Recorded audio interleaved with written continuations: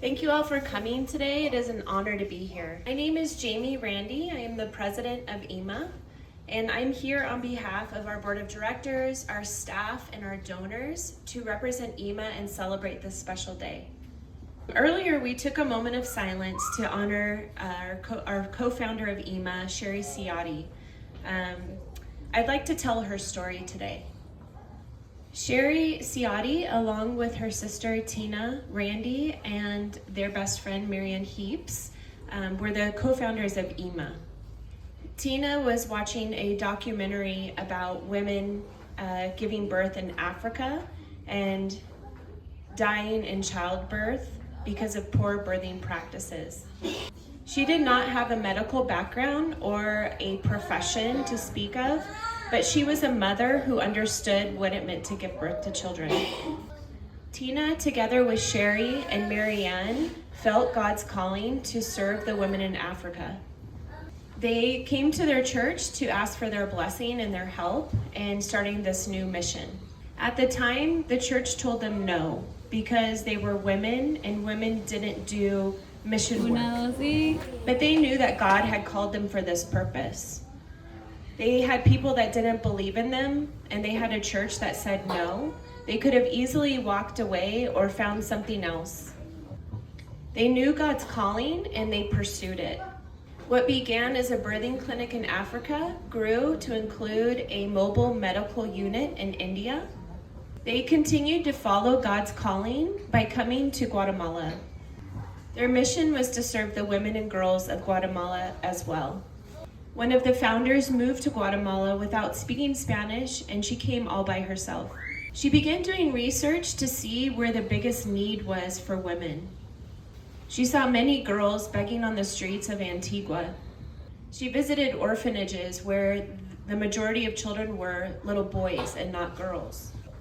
She asked the orphanage directors, "Where are all the girls?" And her response was that families will often give the boy to the orphanage as an act of mercy, but will keep the girls because the girls can work, they can beg, and in the worst cases, they can be sold for prostitution. The same was also true with education.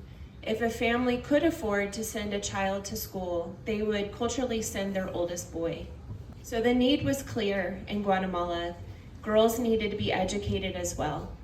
They needed a future that would give them opportunities and to be able to grow their own healthy families. These three ladies partnered with the Del Cid family, the sister of Bessie, her name is Heidi Abel, as well as Bessie and Cecia, to start EMA's first school. Because these ladies were faithful to God, they have influenced hundreds of lives. Because Shari, Tina, and Marianne didn't let other people convince them to stop or to say no, they pursued God's calling. And because of their faithfulness, we are here today to celebrate these girls. Romans 8:28 says, "And we know that in all things God works for the good of those who love him, who have been called according to his purpose." These girls have also been called for God's purpose. My challenge for you students is to learn to hear the voice of God. Start asking him for a calling. And when he asks you to start doing things, small things, practice saying yes and be brave. The more that you grow and are faithful in the small things that he asks you to do, he will begin to grow your bigger purpose. You are not just little girls, and you are not just mothers. You have a bright future that God has purposed for you. Parents, I also challenge you to be an example of faithfulness and to listen to your children. Encourage them to listen to God. Help them hear and understand the purpose and be obedient to it. Because none of us are just a mother or just a girl. We are God's children, and we are called according to his purpose. Yes.